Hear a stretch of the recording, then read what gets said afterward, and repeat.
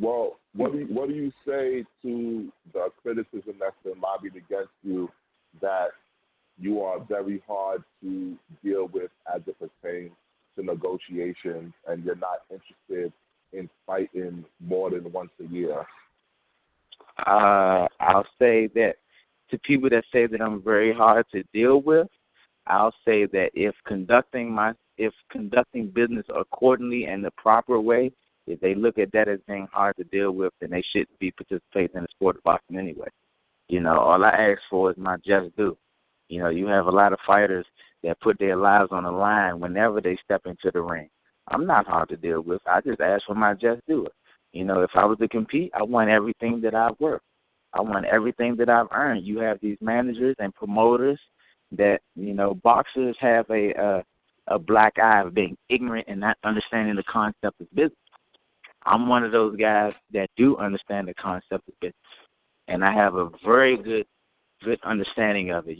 So when I ask for certain things in a fight, they consider it taboo because none of the other fighters are asking for it, and this is the stuff that a lot of the managers and promoters take advantage from with the other fighters. They can't take advantage of me, so that's the reason why someone would say that I'm hard to deal with, because I do understand the concept of business a lot better than these other fighters.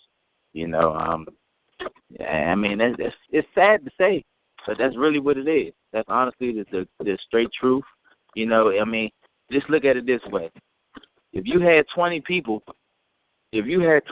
competing, and realistically they supposed to get $1,000 whenever they compete, but they're just grateful to get $500, and you can put that other $500 in your pocket.